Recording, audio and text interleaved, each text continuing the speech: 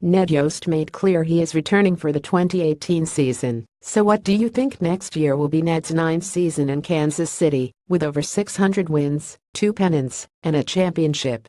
The Royals have the third most wins in the American League over the last 5 years, but the last 2 ended in disappointing fashion with no postseason.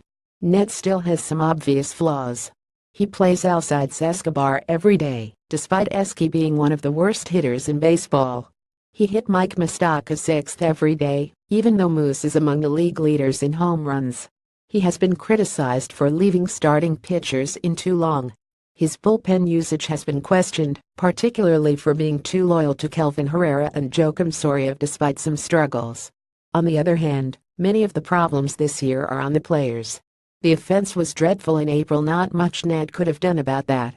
They expected guys like Soria, Herrera, and Motstrom to be dominant relievers, and they all had some issues this year with little Yost could do about it. The starting pitching was just dreadful in the second half, and not all of that was due to being in the game too long. The Royals may or may not do a full rebuild this winter, but it is clear they will go with younger players, relying on guys like Jorge Bonifacio, Cheslor Cuthbert, Jake Junis, Jorge Soler, and Raul Mondesi. Is Ned Yost the man to lead the Royals in a rebuild? Consider he did oversee rebuilds in both Milwaukee and Kansas City before.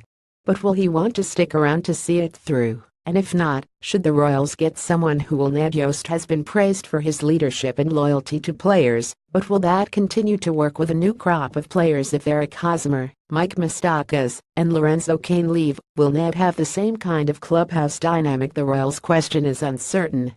Ned Yost could bring some certainty with his steady leadership.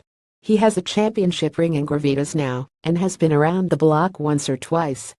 Or he could be past his prime, and the wrong man to lead the next generation of Royals players. Loyalty is great, but it can be a double-edged sword. Sticking with personnel too long is what doomed the Royals to poor play from Omar Infante, Chris Young, Jeremy Guthrie, and others. Do you approve of the job Ned Yost did this year? Is he the right man for the job in 2018? See the 2016 end of the year Ned Yost approval poll.